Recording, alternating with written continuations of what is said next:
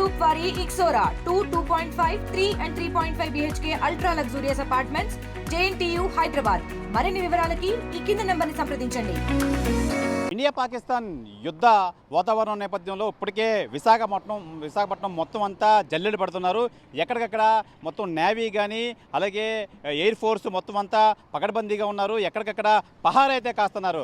అయితే గత నెల రోజుల నుంచి అయితే మొత్తం నేవీ ఎయిర్ ఫోర్స్ సంబంధించి అధికారులందరికీ సెలవులు అయితే రద్దు చేశారు. అలాగే రిటైర్ అయిన అధికారులు సేవలు కూడా వినియోగించుకుంటున్నారు. మనం చూడడం ఇప్పుడు ఈ సబ్మెరైన్ కర్సురా ఏదైతే ఉందో ఇలాంటిది ఇంకా లేటెస్ట్ అత్యాధునిక టెక్నాలజీ అయితే ఈ నేవీ సిబ్బంది అయితే మన సముద్ర తీరంలో అయితే గస్తీ కాస్తున్నారు. అయితే ప్రధానంగా మనం చూసుకోవచ్చు ఈ సంక్షోభ సమయంలో ప్రాణాలు ఎలా కాపాడుకోవాలి అనే అవగాహన ఇప్పటికే విశాఖలో కేంద్రం మాక్ డ్రిల్ అయితే చేపట్టడం అయితే జరిగింది. సౌత్లో నేవీకి ప్రధాన బేస్ క్యాంపస్గా విశాఖపట్నం అయితే ఉంది. విశాఖపట్నంలో కోస్టల్ మీడియాతో పాటు నేవీ ఎయిర్పోర్టు అలాగే ship building corporation national informatics centre INS డేగా ఐఎన్ఎస్ కళింగ అయితే ఉన్నాయి. అయితే బంగాళాఖాతం నుంచి అటాక్ చేయకుండా విశాఖపట్నం నేవీ అయితే ఇప్పుడు ప్రస్తుతానికైతే సిద్ధంగా ఉంది. ఆల్ ఎక్స్పర్ట్స్ మొత్తం అన్ని అధికారులను అయితే అలర్ట్ చేశారు.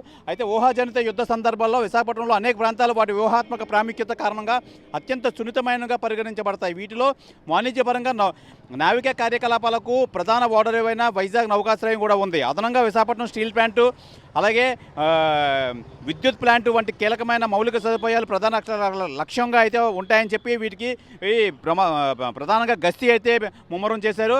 అయితే ఈ పర్యావరణ సమస్యల కారణంగా ఇప్పుడు అనేక విధాలుగా అయితే విశాఖ డెవలప్ అయితే చేశారు. అయితే ప్రధానంగా వైజాగ్ హార్బర్ ఒక ప్రధాన ఓడరేవుగా ఈ నౌకాశ్రయం వాణిజ్యం మరియు లాజిస్టిక్స్ కీలకమైనది. దానికి లక్ష్యంగా చేసుకోవడం వల్ల సరఫరా మార్గాలు అంతరాయం కలిగించవచ్చు మరియు నగర ఆర్థిక వ్యవస్థ దెబ్బతింటుంది దీనివల్ల. అలాగే స్టీల్ ప్లాంట్ ఎంతో ప్రాముఖ్యం పొందిన స్టీల్ ప్లాంట్ అనేది ఒక పెద్ద స్థాయి పారిశ్రామిక సౌకర్యం మరియు దాని అంతరాయం తీవ్రమైన ఆర్థిక పరిణామాలను కలిగిస్తుంది మరియు జాతీయ భద్రతా ప్రభావితం చేస్తుంది.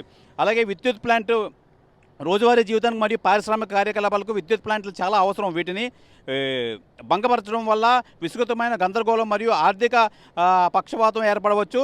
అలాగే ప్రధానంగా మనం చూసుకోవాలంటే సున్నితమైన ప్రాంతాలు సంఘర్షణ స్వభావాన్ని బట్టి సైనిక స్థావరాలు రవాణా కేంద్రాలు మరియు ప్రభుత్వ భవనాలు వంటి ఇతర ప్రాంతాలకు కూడా సున్నితమైనవిగా పరిగణించవచ్చు. కాబట్టి మొత్తం విశాఖ చాలా సెన్సిటివ్ ప్రాంతంగా అయితే చూడవచ్చు. ఈ నేపథ్యంలో అయితే మొత్తం స్థిరం అంతా ఎప్పటికప్పుడు ఎలర్ట్గా ఉంటున్నారు.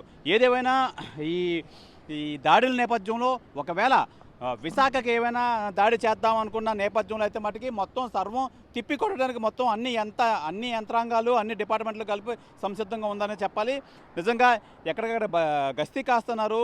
అలాగే నాకాబందీ పోలీసు వాళ్ళు అయితే ఎప్పటికప్పుడు కొత్త పర్సన్స్ ఎవరైనా వస్తున్నారా లేదంటే ఏంటి రవాణాకు సంబంధించి ఎలాంటి అవకతవకలు జరగకుండా ఎప్పటికప్పుడు నాకాబందీలు అయితే ఏర్పాటు చేస్తున్నారు.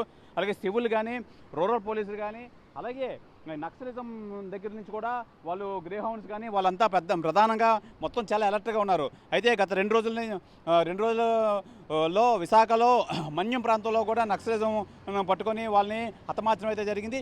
ఈ నేపథ్యంలో ఇండియా పాకిస్తాన్ నేపథ్యంలో మొత్తం అంతా ఎక్కడికక్కడ గస్తీ అయితే చూస్తున్నారు. గస్తీ ఎక్కడ ఎటువంటి అవాంఛనీయ సంఘటనలు జరగకుండా మొత్తం అంతా అన్ని డిపార్ట్మెంట్లు ఎలర్ట్గా అయితే ఉన్నారు. పోలీస్ దగ్గర నుంచి నేవల్ ఎయిర్ ఫోర్సు మిలిటరీ మొత్తం అంతా ఎక్కడికెక్కడ అప్రమత్తంగా ఉండి ఏ అవాంఛనీయ సంఘటనలు జరగకుండా చూసుకున్నారు. ఎందుకంటే ప్రధానంగా మనం ఇప్పుడు చెప్పినవన్నీ ఈ విశాఖలో అయితే ఉన్నాయి. చాలా సున్నితంగా చూసే ఈ విశాఖ ఎట్టి పరిస్థితుల్లో ఎక్కడ ఏమైనా ఒక మిసైల్ వచ్చినా ఒక మిసైల్ దాడి జరిగినా మొత్తం అంతా కొలాప్స్ అయ్యే పరిస్థితి అయితే ఏర్పడుతుంది. ఈ నేపథ్యంలో అయితే మొత్తం అన్ని డిపార్ట్మెంట్లు ఎలర్ట్గా ఉన్నాయని చెప్పాలి.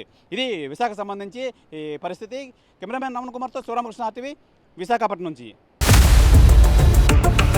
For latest updates on India-Pakistan tensions, download RTV Live app.